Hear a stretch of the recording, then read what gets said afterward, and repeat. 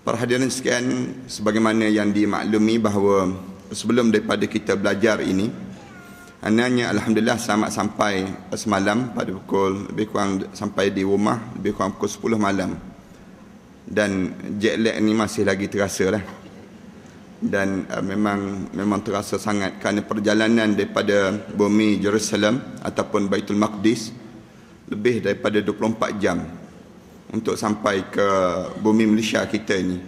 Kerana perjalanan daripada Baitul Maqdis itu bermula daripada pukul 8 pagi, kemudian terus sampai di sempadan di antara Israel dengan Jordan lebih kurang pukul 1 tengah hari, kemudian terus lagi perjalanan ke makam Nabi Shu'aib alaihissalam. Kemudian lepas pada itu bertolak ke Amman, kemudian di Amman naik kapal terbang lebih kurang pukul 2 pagi. Pukul 2 pagi di Amman, kemudian sampai di sini lebih kurang pukul 8 malam semalam di KLIA semalam. Kemudian sampai di rumah lebih kurang pukul 10 malam baru sampai di rumahnya. Walaupun sekalipun alhamdulillah syukur pada Allah, perjalanan ke bumi Palestin ni berbeza sikit daripada perjalanan ke tempat-tempat yang lain. Kerana sebagaimana para hadirin sekalian tahu, Ana telah upload beberapa gambar-gambar yang mencengkam jiwa dan merasai kesan pada hati kita lah. Terutama bila sampai di bumi Palestin, kemudian bumi Palestin tidak sebagaimana yang kita gambarkan dalam pemikiran kita. Kerana biasa kita dengar bahawa berlakunya peperangan dan sebagainya. Tapi memang berlaku pembunuhan pada umat Islam di Palestin, berlaku tiap-tiap hari. Tiap-tiap hari berlaku, dan di waktu mana nak sampai itu pun, hari yang pertama berada di bumi Palestin ada 2 orang yang dibunuh oleh tentera Israel. Kemudian pada hari yang kedua yang berada itu pun ada seorang yang ditembak daripada helikopter Israel, tembak pada umat Islam di sana. Tapi oleh kerana bumi Islam Palestin ni luas, tempat dia luas, maka di tempat yang disebut dengan Masjidil Aqsa itu tidak berlaku. Dia berlaku di kawasan macam Malaysia kita ni. Malaysia kita ni dia ada Kelantan, ada Kedah, ada Selangor dan sebagainya. Maka tempat-tempat itu luas, termasuk di kawasan-kawasan yang disebut Bait Hanum, disebut yang dinamakan dengan Hebron. Kemudian berlaku di tempat-tempat yang lain. Tempat yang memang terasa sangat apabila dibawa ialah sampai ke Hebron. Hebron nama satu tempat yang disebut dengan Al-Khalili. Asalnya nama Al-Khalil, tempat Al-Khalil, kerana di tempat itu ada makam Nabi Ibrahim AS. Nabi Ibrahim AS di antara 2 saja makam yang sahih di atas dunia ni, makam dan juga kubur. Ada 2 orang saja Nabi yang sahih, yang lain tu makam saja, kubur tak tahu. Dia makam ni ke atas, kubur kat bawah. Kalau sekiranya orang sebut makam, tak semesti lagi kubur, kerana makam tu dia boleh jadi yang dia tak macam tinggi begitu di atas. Tapi kubur, kalau disebut dengan makam dan kubur, ada 2 saja yang sahih atas dunia ni. Siapa dia? Nabi Muhammad sallallahu alaihi wasallam dan juga Nabi Ibrahim alaihissalam. Di Hebron, satu tempat yang makam Nabi Ibrahim alaihissalam dan juga kubur Nabi Ibrahim alaihissalam. Sebelah itu ada makam Nabi Ishaq, kemudian ada makam Sarah, isteri pada Nabi Ibrahim alaihissalam, kemudian isteri kepada Nabi Ishaq alaihissalam. Semua ni ada makam-makam mereka. Tapi kubur tak tentu lagi. Kuburnya tak sahih, boleh jadi betul, boleh jadi tak betul. Walaupun sekalipun di Hebron ini satu tempat yang bila jemaah-jemaah dibawa ke tempat ini, sampai di tempat itu turun di tempat yang macam medan perang betul. Turun tu di kawasan yang dikuasai oleh Israel. Turun bas ini, bila jemaah dibawa sampai turun bas ini nak pergi ke makam Nabi Ibrahim, kawasan itu sudah ditawan oleh Israel. Sebanyak 2/3 kawasan itu ditawan oleh orang Israel. Manakala 1/3 lagi adalah milik orang Islam. Maknanya makam Nabi Ibrahim itu pun sudah ditawan oleh Israel. Dan turun itu, bila turun nak pergi ke makam Israel, makam Nabi Ibrahim alaihissalam ini, dapati kanak-kanak yang ramai. Kanak-kanak yang kecil yang ramai ini datang meminta bantuan makanan. Kerana mereka je tak ada makanan. Mereka bapa mereka sudah dibunuh, ayah-ayah mereka sudah syahid di jalan Allah. Kemudian yang ada ibu-ibu yang mengintai daripada celah-celah jendela saja. Kawasan tu memang memang waktu mana sampai itu meremang bulu roma lah. Siapa yang bawa makanan, kita tengok anak-anak yang menangis, merayu minta makanan.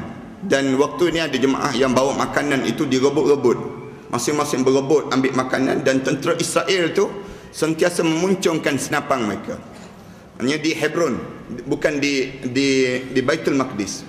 Kemudian nak masuk kawasan makam Nabi Ibrahim AS ni pun dikawal oleh Israel. Dikawal oleh Israelnya. Kita kena masuk kawasan yang kawasan X-ray.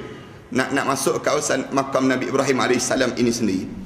Kemudian anak-anak ni orang Palestin sendiri tak boleh masuk bebas di kawasan makam Nabi Ibrahim ini. Mereka kawal seluruh kawasan masjid itu, kawasan makam Nabi Ibrahim, kecuali orang-orang tua sangat ataupun orang perempuan yang uzur yang dibenarkan masuk, dan pelancong-pelancong Islam yang dibenarkan masuk. Kemudian bila masuk saja kawasan tersebut, kita dapati memang kawasan itu kawasan yang amat susah. Para hadirin sekalian tengok gambar yang anak upload balik itu dalam Facebook anak ni. Tengok bagaimana anak-anak yang dia bawa baldi-baldi kecil. Bawa baldi ni makanan untuk seharian. Makanan untuk sehari itu dalam baldi itu ada air. Ada air dan ada juga gandum-gandum yang direbus, yang diletakkan di dalam itu. Makanan itulah seharian yang mereka makan.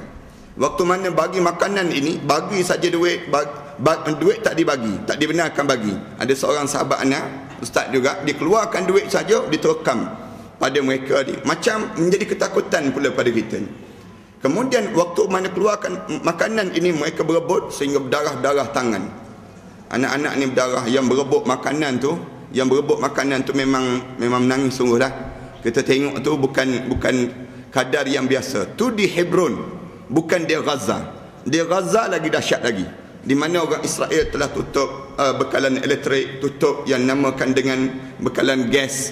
Kemudian kalau musim sejuk lagi teruk. Di Gaza, di Hebron pun sampai merangkak-rangkak masing-masing bila ditahan dengan zinc dan juga dengan kawat-kawat duri ni, kanak-kanak merangkak di bawah tu. Merangkak di bawah itu semata-mata nak ambil makanan, nak dapatkan. Bila tengok datang orang Islam, datang daripada bumi Malaysia ni ataupun negara-negara orang Islam yang lain, bawa bekalan makanan untuk dapat bagi pada mereka. Mereka merangkak di bawah kawat-kawat duri itu. Anak-anak ni merangkak. Bapa tak ada lah, bapa tak ada. Dan anak tengok memang kanak-kanak yang ramai. Boleh jadi inilah pejuang-pejuang yang baru yang Allah Subhanahu Wa Taala cuba lahirkan di bumi Palestin. Kemudian insya-Allah mereka akan menjadi pejuang yang baru pula. Kemudian di sana yang lebih dahsyat, yang dahsyatnya, bila kita dapati bahawa mereka telah membahagikan bumi umat Islam di Palestin ini kepada beberapa bahagian, terutama di kawasan Masjid Aqsa, di mana kawasan Masjid Aqsa ini sendiri mereka bahagi pada 4 bahagian. Satu bahagian untuk yang disebut dengan orang Armenia, satu lagi bahagian kepada orang Kristian, satu lagi bahagian kepada orang Yahudi, Jus, orang yang tengah-tengah ini. Kemudian kawasan satu bahagian lagi untuk orang Islam. Manakala bahagian untuk orang Islam ini, mereka telah korek lubang di bawahnya, terowong di bawah tu. Sedang korek sehingga kan di bawah Masjid Aqsa itu sedang dikorek terowong yang luas. Cadang-cadang kalau gempa bumi berlaku, maka Masjid Aqsa itu akan runtuh dalam terowong itu dan akan lenyaplah Masjid Aqsa. Dan anda dapati bahawa umat Islam di sana bila cakap dengan sahabat-sahabat di sana, dia kata, tolonglah orang Islam daripada negara luar datang untuk lihat bagaimana keadaan umat Islam di Palestin ini. Kerana umat Islam di Palestin ini, mereka sendiri yang berada di sekitar kawasan Masjid Aqsa tak dibenarkan masuk ke Masjid Aqsa. Orang luar, orang Islam luar dibenarkan. Kerana mereka dianggap orang yang melancong, datang melancong dengan tujuan untuk datang untuk melihat Masjid Aqsa. Dan anda sampai di waktu mana sampai ni, alhamdulillah dapati orang Islam daripada Singapura datang. Seramai lebih kurang 400 lebih orang Islam daripada Singapura yang datang. Kemudian umat Islam di Malaysia kita yang datang adalah 100 lebih yang datang. Yang malam pada Isra' wal Mi'raj, orang Islam daripada Singapura buat sambutan Isra' Mi'raj di tempat itu. Alhamdulillah di Masjid Aqsa, di Dome of Rock itu, di Baitul Sakhrah, tempat yang perhatian sekalian ingat ke Masjid Aqsa, bukan Masjid Aqsa itu. Tapi tempat itu merupakan tempat yang yang disebut dengan tempat yang Rasulullah sallallahu alaihi wasallam mula sampai, dan Rasulullah sembahyang sunat di bawah batu yang kita anggap bahawa batu itu batu yang melayang, batu yang mengikut Rasulullah. Bukan demikian. Batu itu merupakan di bawah itu ada gua. Gua inilah yang Rasulullah sallallahu alaihi wasallam sembahyang. Rasulullah sallallahu alaihi wasallam sembahyang sunat 2 rakaat. Kemudian Rasulullah SAW bergerak kepada Masjid Aqsa, dan Rasulullah sembahyang mengimamkan para nabi di Masjid Aqsa, di hadapan itu. Kawasan itu kawasan Masjid Aqsa.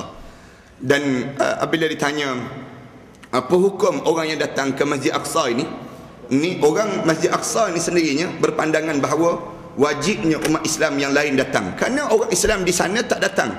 Orang Islam di sana tak dapat datang kerana mereka telah ditawan. Masjid Aqsa ini sudah ditawan oleh Yahudi, dan orang di sana tak boleh masuk.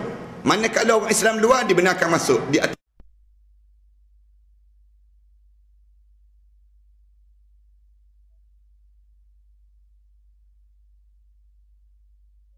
Bila tanya kepada mereka tentang pandangan Qaradawi yang mengatakan bahawa haram melawat Masjid Aqsa, lalu orang-orang Islam di Palestin menangis. Orang-orang Islam di Palestin ni mengalir air mata. Dia kata kalaulah haram juga umat Islam yang daripada luar datang untuk melawat Masjid Aqsa, bagaimana keadaan Masjid Aqsa yang akan datang nanti? Bagaimana keadaan ini yang akan berlaku? Dahlah kami tidak dibenarkan. Kemudian pada masa yang sama orang Islam yang lain tidak dibenarkan juga. Kemudian bila ditanya balik kenapa diharamkan untuk datang? Kerana nak mengukuhkan kegiatan ekonomi, kerana datang itu menguatkan lagi ekonomi Israel. Pandangan yang disebut. Dia kata apa pula pandangan orang yang kenapa mereka tidak mengharamkan pergi ke Amerika, mengharamkan pergi ke Britain, kalau sekiranya kedatangan itu mengukuhkan ekonomi ini. Kalaulah sekiranya haram datang ke bumi yang disebut dengan bumi Palestin kerana mengukuhkan ekonomi Israel yang sudah menawan, yang namakan dengan bumi Palestin sekarang. Palestin itu ditukar nama. Sekarang tidak ada lagi nama Palestin. Orang Islam di Palestin tidak disebut lagi dengan nama Palestin, tapi mereka disebut dengan umat Israel. Kenapa? Identiti diri mereka sudah ditukar. Mereka tak boleh lagi sebut nama umat Islam Palestin. Kalau mereka guna kapnalan Palestin, mereka tak boleh keluar daripada bumi Palestin. Mereka tak boleh nak pergi. Kalau mereka guna pasport Palestin, mereka tak boleh keluar daripada bumi Palestin. Kerana seluruh kawasan yang disebut dengan Palestin sekarang ini sudah dikawal oleh Israel.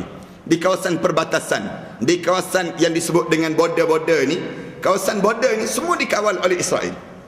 Israel kata kalau nak keluar boleh, kena tukar kapnalan. Habis tukar kapnalan, jadi secara automatik rakyat Israel. Nak keluar boleh, dengan syarat kena guna pasport Israel. Kalau tak guna pasport Israel, tak boleh keluar daripada bumi Palestin. Yang menyebabkan akhirnya mereka tukar, dan Israel sedang tukar nama daripada Baitul Maqdis kepada Jerusalem. Disebut nama Jerusalem, nama Al-Khalil di tempat makam Nabi Ibrahim tadi. Makam Nabi Ibrahim AS ini sendiri ditukar daripada Al-Khalil kepada Hebron. Disebut nama Hebron. Ditukar nama dengan tujuan apa dia? Tujuan untuk memusnahkan nama umat Islam di Palestin. Sudah tidak ada, yang tinggal yang namakan dengan bumi Israel, milik mereka ini sendiri. Anda dapati bahawa ada hikmah yang besar yang Allah Subhanahu Wa Taala jadikan pada umat Islam di Palestin ini. Antara hikmah yang besar, mereka telah tawan kawasan orang Islam ini. Mereka halau penduduk Islam. Tanah-tanah orang Islam ni semua dirampas, dan mereka letak dengan apa dia? Mereka letak penempatan baru Israel. Penempatan orang yang baru Israel ini, mereka letakkan kawasan tu kawasan elit. Mereka letak tembok-tembok yang tinggi. Tembok yang tinggi ni penjaga-penjaga yang besar. Para hadirin sekarang tengok dalam Facebook anak upload gambar di mana tembok-tembok yang tinggi. Tembok yang tinggi ni setinggi lebih pada tinggi daripada apa ni yang disebut dengan yang kita ada sekarang ni. Kita mendongak, terpaksa dongak untuk nak tengok kawasan ni. Mereka halau orang Islam dan mereka menggunakan teknologi baru. Orang Israel ni di antara teknologi mereka yang hebat. Mereka letak teknologi baru, mereka buang batu-batu, mereka tanam dengan pertanian yang subur. Kawasan yang tersusun, mereka tunjuk bagaimana nak susun negara. Bagaimana nak susun negara ni? Kawasan itu ada kawasan LRT. Kemudian ada lagi kawasan yang cantik yang disusun balik, yang menyebabkan orang Arab celik mata. Oh, macam ni bagaimana nak bersihkan negara. Oh, macam ni bagaimana nak susun negara. yang diajar oleh orang Israel. Boleh jadi Allah hantar Israel ini nak ajar pada orang Arab jaga kebersihan, jaga susunan, nak jaga apa dia, prinsip-prinsip hidup dan sebagainya. Yang akhirnya orang Arab Palestin terpaksa belajar daripada mereka ini. Dan yang lebih dahsyat lagi, orang Arab Palestin itu sendiri yang buat kerjasama dengan orang Israel. Apa yang kerjasamanya? Mereka menjadi tentera-tentera Israel pula. Mereka pula yang menjaga batasan-batasan hudud ini. Mereka berada di border-border ini. Orang Arab itu sendiri yang buat bangunan untuk orang Israel. Mereka pula buat bangunan untuk orang Israel. Kemudian orang Arab itu sendiri yang buat khianat terhadap orang Islam di bumi Palestin ini sendiri. Yang ni yang berlaku di bumi Palestin. Dan ana sebut bahawa kita tidak ada tak ada kata dan tidak ada tangisan air mata yang boleh kita sebut, kecuali kita boleh buat sesuatu tolong umat Islam di sana. Bagaimana kita boleh tolong? Tolong yang sebuah negara yang sedang dibangunkan oleh gerakan Hamas di bumi Palestin sekarang ini. Mereka telah sedang membina balik di bumi Palestin di sebelah Gaza. Mereka pecahkan dua. Palestin ni mereka berada tengah-tengah, satu West Bank, satu lagi kawasan Gaza. Gaza ni orang Islam yang ramai. Orang Islam yang ramai, dan di West Bank ataupun di satu kawasan tepi barat ini kawasan mencampur di antara orang Islam, orang Kristian dan sebagainya. Tapi di Gaza sempadan dengan yang disebut dengan Mesir ini, sempadan dengan Mesir, majoriti orang Islam. Dan kita berdoa pada Allah, mudah-mudahan bumi Palestin, Masjid Al-Aqsa ini akan dibebaskan di tangan Salahuddin Al-Ayyubi yang kedua, yang akan datang nanti insya-Allah. Mudah-mudahan Allah bagi kemenangan lah. Saat-saat kemenangan itu semakin hampir apabila kemenangan umat Islam di bumi Mesir. Mesir hari ini akan diumumkan sama ada yang menang presiden ini, Presiden Mursi, Muhammad Mursi ataupun Ahmad Syafiq. Berbanding walau dalam pilihan raya yang berlaku di bumi Mesir, menang yang disebut dengan menangnya Muhammad Mursi ini. Tapi Syekh Muhammad Mursi ini, mudah-mudahan kemenangan ini membuka ruang kepada tebing barat ini sendiri, membuka ruang kepada umat Islam di Gaza, supaya umat Islam di Gaza ini apabila dibuka saja sempadan-sempadan ini, dan Israel tak boleh lagi datang ke bumi Mesir, jet-jet pejuang tak boleh datang ke bumi Mesir kemudian serang umat Islam di bumi Gaza. Selama ni Husni Mubarak telah membenarkan tentera-tentera pejuang ini datang, tentera-tentera Israel datang daripada bumi yang disebut masuk dalam ruang udara Mesir untuk tembak umat Islam di bumi Gaza. Tapi apabila kemenangan ini, insya-Allah di mana sempadan ini dibuka, apabila sempadan ini dibuka dan bantuan ini boleh diberi dan disalurkan, dan akhirnya mengukuh kembali kekuatan ekonomi umat Islam, dan insya-Allah Masjid Al-Aqsa akan dibebaskan daripada tangan-tangan Yahudi laknatullah ini yang sedang merosakkan banyak benda yang sedang mereka rosak, termasuk makam Nabi Allah Daud alaihissalam, kawasan mereka sekarang, kemudian kawasan-kawasan yang lain ini sendiri. Kalau para hadirin sekalian nak pergi juga ke Masjid Al-Aqsa, pastikan pergi dengan rombongan-rombongan dalam keadaan yang benar-benar, bukan untuk melawat saja, tidak. Tapi pergi dengan niat untuk membebaskan Masjid Al-Aqsa. Jangan pergi dalam keadaan apa dia? Pergi dalam keadaan yang pergi sekadar nak melawat kawasan, nak tengok macam kita melancong begitu saja. Jangan.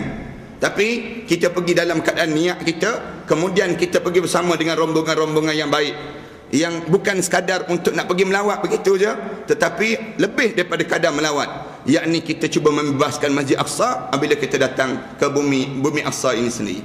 Dan ana harap supaya perjalanan diteruskan, dan ana dipahamkan As-Safwa Travel yang ana serta ini pun dia akan buat lagi dan buat lagi. Para hadirin sekalian cuba aturkan dengan Ajmal dan sebagainya. Para hadirin sekalian dapati insya-Allah perjalanan itu lebih tersusun nanti insya-Allah. Ada kot Ajmal nanti lepas pada program ni ataupun kuliah kita ni ada Ajmal nanti. Para hadirin sekalian bertanyalah pada beliau nanti insya-Allah.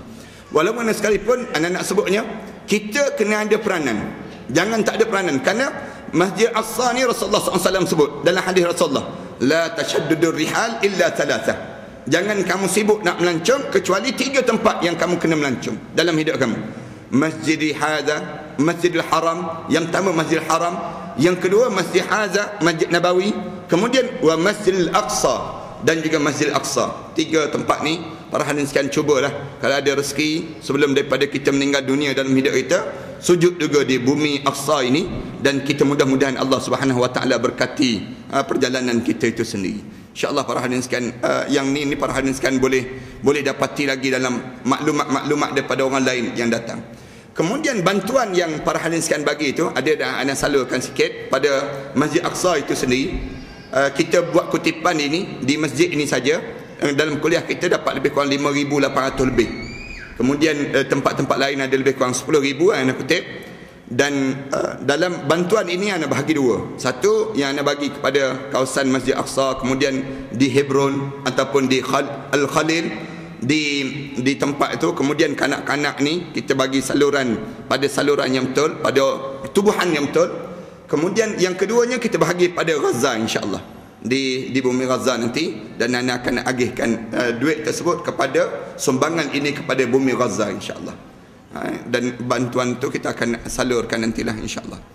Rahman sekalian, hari ni kita sambung sikit lagi pengajian kita ni. Dalam pengajian kita ni membicarakan mengenai adab di antara murid dengan guru, di mana tugas yang kelima. Kita masih lagi membicarakan tugas yang kelima ni. Seorang penuntut ilmu itu jangan sampai meninggalkan pemeriksaan yang teliti lebih dahulu pada satu ilmu yang hendak dikejar. Maknanya ni di antara adab kita dalam belajar. Muka surat 35 tu kan, di mana kitanya waktu mana kita nak belajar, kita pastikan apa yang kita kena belajar. Jangan bertindan belajar, jangan. Rugi masa kita dan rugi peluang kita. Apabila kita nak belajar, teliti dahulu ilmu apa yang patut kita belajar. Periksa terlebih dahulu, kita ni ada kekurangan di sudut ilmu mana. Ada orang yang dia kurang di sudut ilmu tauhid, dia kena belajar ilmu tauhid. Ada di kalangan kita yang dia kurang di sudut ilmu yang disebut dengan ilmu tafsir, dia tambah ilmu tafsir. Maknanya dia perhati dahulu ilmu yang dia masih kurang apa dia. Ni kalau kita senarai, kita kata semua kurang lah Ustaz, senang kita. Kalau nak belajar kita ni, semua ilmu kita masih lagi kurang. Masuk dengan Nana lah. Sekalipun jelas ilmu tersebut terpuji dan baik, sekalipun benda yang kita nak belajar tu baik, tapi dah kita belajar. Bila kita dah belajar, maka yang ni tak payah lagi kita nak belajar. Carilah ilmu yang lebih baik lagi, yang kita nak belajar. Juga untuk orang yang ingin mendalami satu macam bahagian daripada perkara-perkara tersebut ilmu tadi, perhatikan secermat-cermatnya. Dalam kita nak belajar ni, perhati betul-betul ilmu yang kita nak belajar dengan guru yang kita belajar tadi. Periksalah tujuan dan bagaimana kalau sudah sampai pada tujuannya nanti. Apa dia kesan daripada kita belajar ni? Matlamat daripada kita belajar ni apa dia yang kita dapat? Yang kita dapat ni sendiri. Macam kita buat kuliah kita ni, kita belajar ilmu tasawuf misal contohnya. Apa kesan yang kita dapat? Maknanya kita sedang mendidik dalaman kita. Kita tak tahu dah kita ni ada sikap cemburu misal contoh. Dalam diri kita ni ada sikap dendam. Kita tahu dalam diri kita ni payah nak menguasai kemarahan kita. Jadi ilmu yang kita dapat menguasai kemarahan kita, ilmu nak buang sikap yang disebut dengan dendam, ilmu yang nak buang yang dinamakan dengan khianat dan sebagainya, datang daripada mana? Ilmu tasawuf. Maka kita pun belajar ilmu tasawuf. Itu yang kesan daripada kita belajar. Ini penting sebab umur adalah menentukan. Kerana masa kita, umur kita ni pendek dan juga singkat. Masa kita hidup ni singkat. Berapa nantinya. Jadi untuk mengejar ilmu, hendaklah diperhatikan dulu umur dirinya. Nak kejar ilmu, perhati dulu umur diri kita setakat mana. Kan kita tengok diri kita ni sampai umur 55 tahun. 55 tahun lah.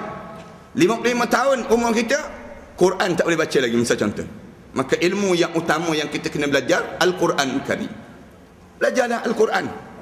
Kalau kita dah Al-Quran dah boleh dah baca, tapi tak tahu nak dengung kat mana, nak tajwid kat mana, nak baca pada diri kita ni nak panjang pendek kat mana. Ilmu tajwid, tambah ilmu tajwid dua. Kalau dah ilmu tajwid dah belajar dah sejak muda lagi, dah belajar dah mak idgham sejak muda lagi, dia belajar sejak muda lagi, dah lah tu. Belajar ilmu tajwid ni jangan lama sangat, setahun 2 tahun dah kita belajar, dah tahu dah ilmu nak panjang kat mana, nak pendek kat mana, ifat hakiki kat mana, izhar halqi kat mana, kita dah tahu dah yang tu. Maka berhenti belajar yang ni, tambah lagi apa dia? Belajar tadabbur terhadap Al-Quran Karim. Apa dia? yang kita kena belajar ilmu tafsir. Cari di mana orang yang mengajar ilmu tafsir.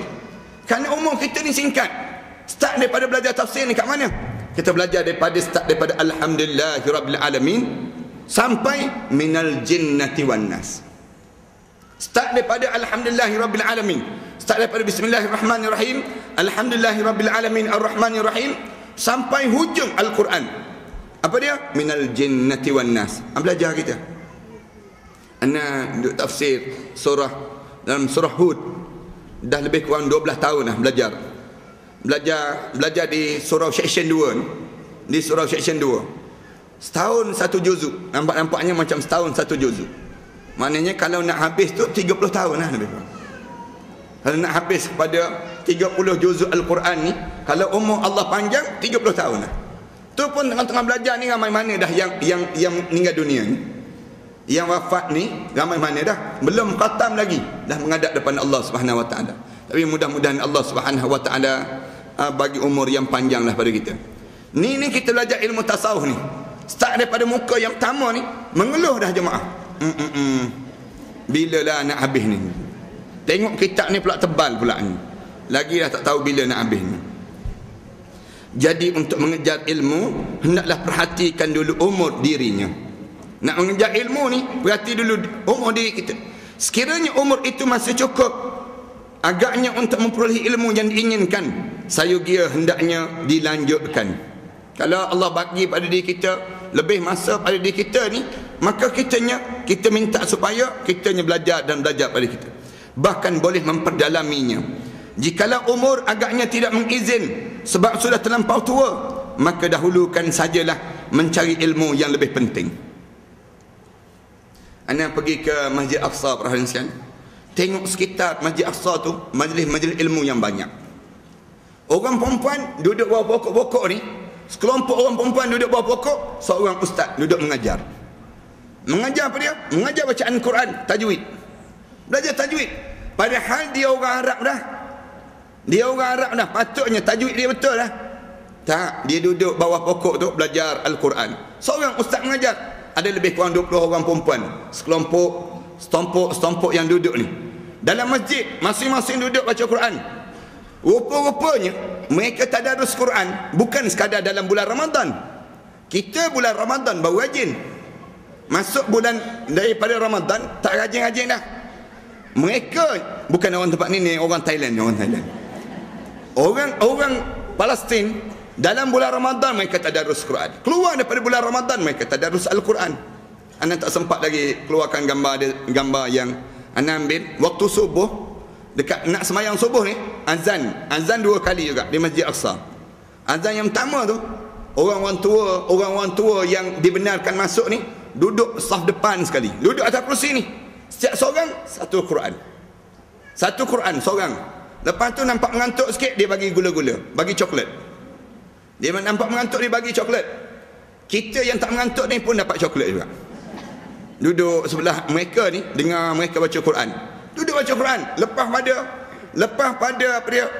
Lepas pada azan subuh, mereka baca Quran. Dah lenguh baca Quran, seorang bangun buat tazkirah sebelum daripada iqamat. Bangun tazkirah, dengar tazkirah. Kemudian iqamat. Siap saja tazkirah, iqamat. Ini cara yang mereka lakukan. Tempat kita ni, kalau nak buat tazkirah waktu tu lagi ramai yang tidur tak kena kain. Dan kejarlah sampai cukup dan dapat dinikmati orang yang ramai. Cari ilmu ni bukan sekadar kita je yang dapat ilmu. Biar semua orang lain dapat ilmu daripada hasil daripada kita menuntut ilmu. Macam para hadirin sekarang belajar, apabila kita belajar, balik nanti bagi tahu pada anak-anak kita. Apa yang kita belajar, apa yang kita tahu, biar dinikmati ilmu yang kita dapat. Dan Nana dapati ramai suami-suami yang datang jumpa dengan Nana, dia kata, Ustaz, isteri saya belajar dengan Ustaz, dia kata, saya tak sempat lah kerana saya kerja, dia kata. Tapi yang Ustaz mengajar tu, isteri saya balik mengajar saya balik, dia tadi. Dia sebut demikian. Nana kata Alhamdulillah. Paling tidak disebar balik. Yang dia belajar, dia kata saya kenal Ustaz ni melalui isteri saya je, dia sebut. Isteri saya yang belajar, kemudian datang bagi tahu. Nana kata Alhamdulillah. Paling tidak ilmu disebarkan di kalangan kita. Kadang-kadang anak-anak yang waktu mana nak berjalan je, datang bagi salam, Assalamualaikum. Ustaz Ahmad Dasuki kan? Dia kata, Ustaz, ayah saya dan mak saya belajar dengan Ustaz, dia kata. Alhamdulillah, anda sebut. Paling-paling tidak ibu dan ayah ni bagi tahu kepada anak-anak masing-masing ilmu yang dia belajar. Dia tak bagi tahu tentang anak pun tak apa, tapi bagi tahu tentang ilmu yang dia belajar. Itu yang lebih utama. Dia panggil demikian. Selain itu perlu diingatkan bahawa ilmu itu sambung menyambung. Ilmu ni kita kena ingat dalam hidup kita, kena sambung menyambung di kalangan kita. Yang satu berkaitan erat dengan bahagian yang lain, di antara satu sama lain. Anda buat contoh yang mudah begini. Hari ini kita berada dalam bulan Syaban kan? Kita dah masuk dalam bulan Syaban. Sebelum ni kita berada dalam bulan Rejab. Maknanya kita kena tahu bulan Rejab ada hubungan dengan bulan Syaban. Bulan Syaban, bulan yang diingatkan dengan peristiwa tentang pertukaran kiblat. Ingatkan kita pada pertukaran kiblat. Dalam bulan Syaban, ingat peristiwa yang disebut dengan peristiwa Nisfu Syaban. Peristiwa yang disebut dengan separuh daripada bulan Syaban. Maknanya berkait. Bulan Rejab berkait dengan bulan Syaban. Syaban berkait dengan bulan Ramadan. Dalam bulan Ramadan, kita ingat dalam bulan Ramadan, apa benda yang Allah nak susun dalam bulan Ramadan? Allah jadikan dalam bulan Ramadan ini yang namakan dengan apa dia, peristiwa peperangan Badar berlaku dalam bulan Ramadan. Dalam bulan Ramadan Allah jadikan nuzulul Quran, penurunan Al-Quran. Dalam bulan Ramadan Allah jadikan peristiwa yang disebut, yang dinamakan dengan apa dia, malam Lailatul Qadar. Malam yang diajar supaya kita cari malam Lailatul Qadar. Semua berkait. Kemudian keluar daripada bulan Ramadan, masuk dalam bulan Syawal. Bulan Syawal ada peperangan dalam bulan Syawal. Cuba cek balik, peperangan apa dalam bulan Syawal yang Allah susun pada diri kita. Semuanya diingatkan peristiwa-peristiwa yang besar, berkait di antara satu sama lain. Macam kita belajar ilmu tafsir. Walaupun kita belajar ilmu tafsir, jangan kita ingat belajar ilmu tafsir itu tak ada kaitan dengan ilmu yang lain. Tak. Belajar ilmu tafsir ada kaitan dengan ilmu hadis. Kerana nak faham terhadap tafsir, kita kena faham hadis. Kalau tak faham hadis, maka di waktu ini payah kita nak faham terhadap ilmu tafsir. Yang satu berkaitan erat dengan yang bahagian yang lain. Jadi manakala kurang pertimbangkan faktor umur itu, dikhawatirkan bahawa tujuan belum lagi sampai, sedangkan ajal sedang mendatangi pada diri kita ini sendiri. Masa kita dah dekat pada diri kita. Sampai di Masjid Aqsa, ada seorang hamba Allah, Datuk Rahman, dia datang berjumpa dengan dia kata, Ustaz, dia salam dengan Nana tu. Dia kata, Ustaz, saya ni bawa jemaah daripada Malaysia. Dia ni excited nak datang ke Masjid Aqsa ni. Memang dia beria. Dia bawa anak-anak dia semua. Dia bersedia semua. Pagi nak tolak datang ke Masjid Aqsa ni, Ustaz, meninggal dunia dia. Meninggal dunia. Pagi nak tolak, nak bergerak ke Masjid Aqsa, meninggal dunia ni. Jadi saya bawa anak-anak dia ni lah. Bawa anak-anak dia je. Dianya malam tu beria, dia siap, semua dah bersiap dah. Tiba-tiba Allah panggil dia untuk menghadap di hadapan Allah Subhanahu Wa Taala. Pun ada juga orang demikian. Ada seorang jemaah makcik yang tua dah, umur 76 tahun, yang bersama dengan dalam perjalanan ke Masjid Aqsa ni. Dia kata dia mencuba datang ke Masjid Aqsa ni 3 kali dah, dia sebut. Ni kali yang 3. Dia kata alhamdulillah, kali yang 3 ni baru boleh masuk. Kali yang pertama tak boleh masuk. Kali yang kedua sampai di sempadan dia. Kali yang 3 ni alhamdulillah dia kata boleh masuk. Menangis-nangis dia, mengalir mata dia kerana dia dapat masuk ke Masjid Aqsa ini sendiri.